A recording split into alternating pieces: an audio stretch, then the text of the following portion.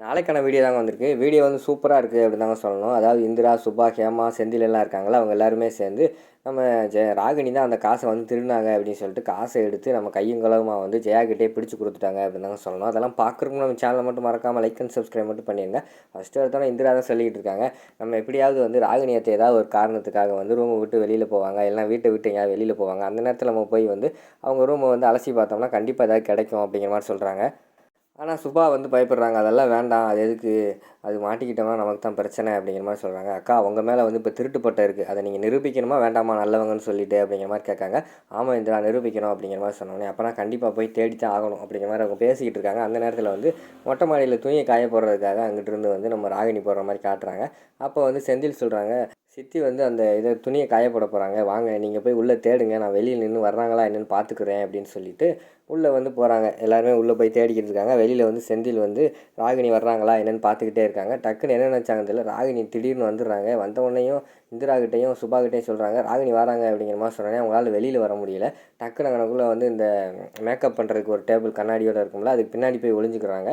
நம்ம ராகினி வந்து உள்ளே வந்தோடனே டவுட் படுறாங்க, என்ன நம்ம போகும்போது வந்து இந்த ரூமை சாத்தி வச்சுட்டு தானே போனோம், இப்போ என்ன திறந்துருக்கு, வீட்டுக்குள்ளே யாரும் வந்திருப்பாங்களோ அப்படின்னு சொல்லிட்டு அங்கிட்டு இங்கிட்டு தேடி பார்க்காங்க, யாருமே இல்லை. சரி இந்த டேபிளுக்கு பின்னாடி போய் பார்ப்போம் அப்படின்னு சொல்லிட்டு அந்த மேக்கப் டேபிளுக்கு பின்னாடி போகிறாங்க. அந்த நேரத்தில் வந்து நம்ம இவர் வந்து காப்பாற்றிடுறாரு. நம்ம செந்தில் வந்து அத்தை சித்தி உங்ககிட்ட ஒரு ஃபைல் கொடுத்தேன்ல, அம்மா கிட்ட கையெழுத்து வாங்கணும், அந்த ஃபைல் வேணும் அவசரமாக அப்படிங்கிற மாதிரி சொன்னோன்னே, ஓ இந்த எடுத்தாருண்டா அப்படிங்கிற மாதிரி சொல்கிறாங்க. இல்லை கொஞ்சம் பதறாமல் எடுத்து கொடுங்க, நீங்கள் போய் துணியை காய போட்டு வந்து கூட எடுத்து கொடுங்க, ஒன்றும் பிரச்சனை இல்லை அப்படிங்கிற மாதிரி சொல்கிறாங்க. ஓ அப்படியா, சரி நான் போய் துணியை காய போட்டு வந்து எடுத்து கொடுக்கேன் அப்படின்னு சொல்லிட்டு துணியை காய போட்டுடுறாங்க.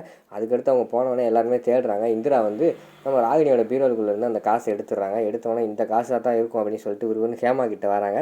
அக்கா இந்த காசான்னு பாருங்கள், அவங்க காணாமல் போன காசு அப்படிங்கிற மாதிரி சொன்னோடனே அதை பார்த்தோன்னே ஆமாம் இந்திரா இதுதான் என்னோடய காசு அப்படிங்கிற மாதிரி அவங்க கன்ஃபார்ம் பண்ணிடுறாங்க. சரி உடனே வாங்க நம்ம போய் வந்து ஜெயா அத்தைகிட்ட சொல்லி இதை வந்து நம்ம வந்து பிடிச்சி கொடுத்துருவோம் ராகினி அப்படின்னு சொல்லிட்டு எல்லோரும் போகிறாங்க.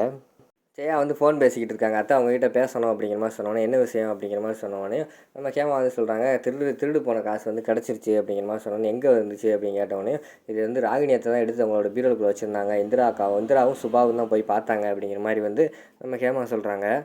இது ராகினி எடுத்து வச்சுருந்தாளா அப்படிங்கிற மாதிரி வந்து ஜெயா கேட்குறாங்க. ஆமாம்மா அவங்க ரூமில் இருந்தால் எடுத்துகிட்டு வந்தோம் அப்படிங்கிற மாதிரி செந்தில் சொல்கிறாங்க. அந்த நேரத்தில் வந்து ராகினி வந்துடுறாங்க. இவங்க பேசுகிறது அங்கிட்டேருந்து பார்த்துட்டு இப்போ ஏதாவது பிளேட்டை மாற்றணுமே அப்படின்னு சொல்லிட்டு வந்தவொடனே ஏன் ரூமில் இருந்து ஏன் காசை எதுக்கு எடுத்தீங்க அப்படிங்கிற மாதிரி சத்தம் போடுறாங்க. என்னது உங்கள் காசா அப்படிங்கிற மாதிரி வந்து ஹேமா கேட்காங்க. ஆமாம் இது என் காசு தான், உன் காசு ஆட்டை போட்ட மாதிரி என் காசையும் திருடுறாங்களா அப்படிங்கிற மாதிரி சொல்லிட்டு இருக்காங்க. ஹலோ இது என்னோட காசு அப்படிங்கிற மாதிரி ஹேமா சொல்கிறாங்க. என்னது உன் காசா, அக்கா என்னக்கா எப்படி சொல்லிக்கிட்டு இருக்கா, நீ எனக்கு செலவு கொடுத்ததை வந்து நான் கொஞ்சம் கொஞ்சமாக சேர்த்து வச்சுருக்கேங்க இந்த காசு அப்படிங்கிற மாதிரி உடனே ஜெயா வந்து முட்டாள் தானே, என்ன சொன்னாலும் நம்புவாங்கல்ல. அவங்க வந்து ஆமாம் ராகினி நான் வந்து உனக்கு செலவு கொடுத்தேன்ல, அந்த காசு தான் சேர்த்து வச்சுருக்கா, இது வந்து ராகினியோட காசு, நான் வந்து அவளுக்கு செலவு கொடுப்பேன், அந்த காசு தான் வச்சுருக்கா. உடனே வந்து இவங்ககிட்ட சொல்கிறாங்க, ஹேமா போய் தேடி பாரு, உன் காசு கிடைக்குதான்னு பாரு, இல்லைன்னா ஹாஸ்பிட்டல் செலவுக்கு நான் காசு தரேன், சும்மா ராகினி வந்து நீ பழி சொல்லாத அப்படின்னு சொல்லிட்டு அந்த இடத்துல இருந்து போயிடுறாங்க. அடுத்து வந்து நம்ம ராகினி வந்து சொல்கிறாங்க, இங்கே பாரு என்னை யாராலும் எதுவுமே பண்ண முடியாது, என்ன செந்தில் நீ அவங்க கூட சேர்ந்துட்டியா, பார்ப்போம் அப்படின்னு சொல்லிட்டு ஒருவருன்னு போயிடுறாங்க. அடுத்து வந்து இவங்க இந்திரா கேங்கெல்லாம் யோசிச்சுக்கிட்டு இருக்காங்க. விடுங்க ஹேமாக்கா, கண்டிப்பாக அவங்க வேறு ஏதாவது ஒரு பிரச்சனையில் கண்டிப்பாக மாற்றுவாங்க, அப்போ வசமாக வச்சு செஞ்சு விட்ருவோம் அப்படின்னு சொல்லிட்டு அவங்க அந்த இடத்துல யோசிச்சுக்கிட்டு இருக்கிற மாதிரி காட்டுறாங்க. அடுத்த சீனில் வந்து நம்ம ஹேமாவும் இந்திராவும் இங்கே போயிட்டு வந்திருக்காங்க, செக்கப் போயிட்டு வந்திருக்காங்க. அப்போ வந்து நம்ம ராமச்சந்திரனும் ஜெயாவும் வந்து இங்கே போயிட்டு வந்திருக்காங்க, அதாவது பேங்க்கில் போய் நகையெல்லாம் எடுத்துகிட்டு வர மாதிரி காட்டுறாங்க. வந்தவொடனே உட்காந்துருக்காங்க. அக்கா எங்கக்கா போனேன், இவ்வளோ நேரம் உன்னை ஆளவே காணும் அப்படிங்கிற மாதிரி ராகினி வந்து கேட்குறாங்க. ராகினி நேற்றே சொன்னோம்ல, அது சரி உனக்கு எதுவும் மண்டையில் ஏறாது, காலையில் 10 மணிக்கு எழுந்திரிச்சா ஆள் எங்கே போகிறாங்கன்னு என்ன தெரிய போகுது அப்படிங்கிற மாதிரி சொல்லி ராமச்சந்திரன் சொல்லிடுறாரு. உடனே ஜெயா வந்து சொல்கிறாங்க, அமைதியாக இருங்க, அவளையே நீங்கள் கிண்டல் பண்ணிக்கிட்டு இருக்காதீங்க அப்படிங்கிற மாதிரி சொல்லிகிட்டு இருக்காங்க.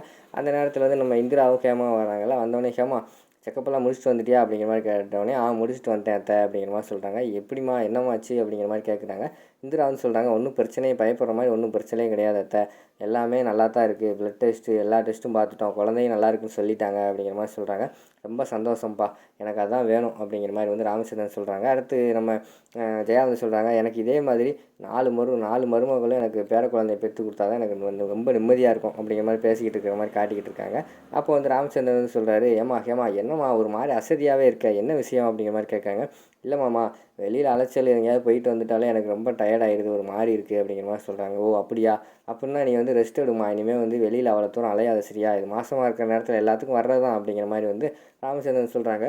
அது சரி நீங்கள் எங்கே போயிட்டு வந்தீங்க மாமா அப்படிங்கிற மாதிரி வந்து சுபா கேட்காங்க. நாங்களாம்மா அதான் சொல்கிறேன், நாங்கள் வந்து பேங்க்கு போயிட்டு வந்தோம். பேங்க்கில் ஒரு முக்கியமான நகை, நீங்கள் 4 மருமகளும் சந்தோஷமாக இருக்கீங்களா, அதனால் இந்த நகையை எடுத்துகிட்டு வந்து உங்களுக்கு காட்டுறதுக்காக எடுத்துகிட்டு வந்திருக்கேன் அப்படிங்கிற மாதிரி சொல்கிறாங்க. அப்படி என்ன ஸ்பெஷலான நகை அப்படின்னு சொல்லிட்டு அதை ஓப்பன் பண்ணி பார்க்காங்க. உடனே இந்திரா வந்து சொல்கிறாங்க, அத்தா என்ன அத்தா இது பழைய காலத்து நகை மாதிரி இருக்குது, ரொம்ப ஸ்பெஷலோ அப்படிங்கிற மாதிரி கேட்டவுடனே, ஆமாம் ரொம்ப ஸ்பெஷல், ஏங்க நீங்களே சொல்லுங்கள் அப்படிங்கிற மாதிரி சொல்கிறாங்க ராமச்சந்திரன். இது எங்கள் அம்மாவோட நகை. எங்கள் அம்மா வந்து நல்ல மருமகள்னு சொல்லிட்டு எங்கள் பாட்டி வந்து எங்கள் அம்மாட்ட கொடுத்தாங்க. எங்கள் அம்மா வச்சுருந்தாங்க. கடைசியில் வந்து நான் ஜெயா கல்யாணம் பண்ண பிறகு ரொம்ப கஷ்டப்பட்டேன். எல்லாத்துக்கும் தெரியும், நான் சைக்கிளில் வச்சு கொண்டு போய் நல்லா வியாபாரமெல்லாம் பார்த்துருக்கேன். என் கூட சேர்ந்து ஜெயாவும் கஷ்டப்பட்டா. அந்த நேரத்தில் என்ன செய்ய முழிச்சுக்கிட்டு இருந்தப்போ வந்து எங்கள் அம்மா இந்த நகையை வந்து ஜெயா நீ தான் நல்ல மருமகன்னு சொல்லிட்டு ஜெயா கொடுத்தாங்க. ஆனால் மித்த எல்லாருமே வந்து ஜெயா கொடுக்க போறியா, அவங்களே கஷ்டப்பட்டுக்கிட்டு இருக்காங்க, விற்றுருவாங்கன்னு சொன்னாங்க. ஆனால் நாங்கள் அதை விற்காமல் வச்சுருந்து கடைசி வரைக்கும் இந்த நகையை விற்காமே நாங்கள் வந்து முன்னேறி இருக்கோம், எல்லாத்துக்குமே தெரியும் அப்படிங்கிற மாதிரி சொல்லிக்கிட்டு இருக்கிற மாதிரி காட்டுறாங்க.